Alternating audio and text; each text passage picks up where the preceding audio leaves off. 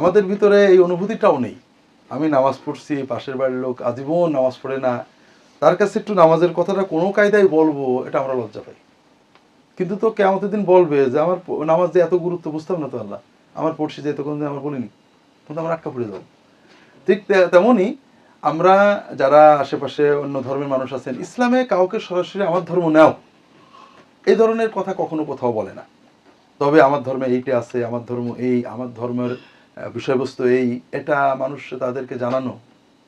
আল্লাহ কোরআনে এটা বলেছেন, হাদিসে এটা আছে, দেখো আমাদের ধর্মে এটা আছে, এটা তো বলার সুযোগ নিতে হবে। 2 নম্বর হলো, তোমার বলা লাগে না তো। তোমার ভিতরে যখন দ্বীনি দাওয়াতের জজবা আসবে, তোমার আখলাকটা সুন্দর হবে, তোমার আখলাক, আচরণ, ভালোবাসা, সেবা দেখেই মানুষ মুসলমান হবে। তুমি যে তাদের পাশে দাঁড়াও বিপদে আপদে, তাদের যে অচ্ছুত ধারণা এগুলো দূর করো, এটাও তো একটা বড় দাওয়াত, বুঝেছো? এই জন্য তাদেরকে দিনের দাওয়াত বোঝাতে হবে। এরপরে গ্রহণ না করা তার ব্যাপার।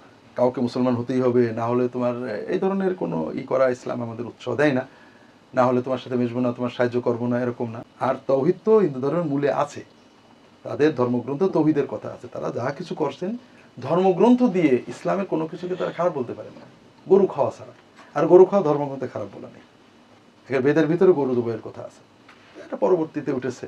এদের মুসলমান ইসলাম ধর্মে কোনো কাজ করে যেটা খারাপ, হিন্দু ধর্মের বেদ দিয়ে প্রমাণিত হয় মুসলমান ধর্মীয় একটা খারাপ কাজ, একটা আমার জানার মতো তারা বলতে পারবে না।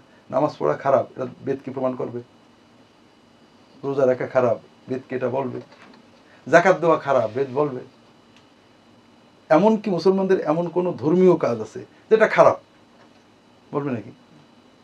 এই জন্য তুমি দিনের বাণীটা তার কাছে পৌঁছানো, এটা তো আমাদের দায়িত্ব, যে আমাদের দিনে এটা আছে।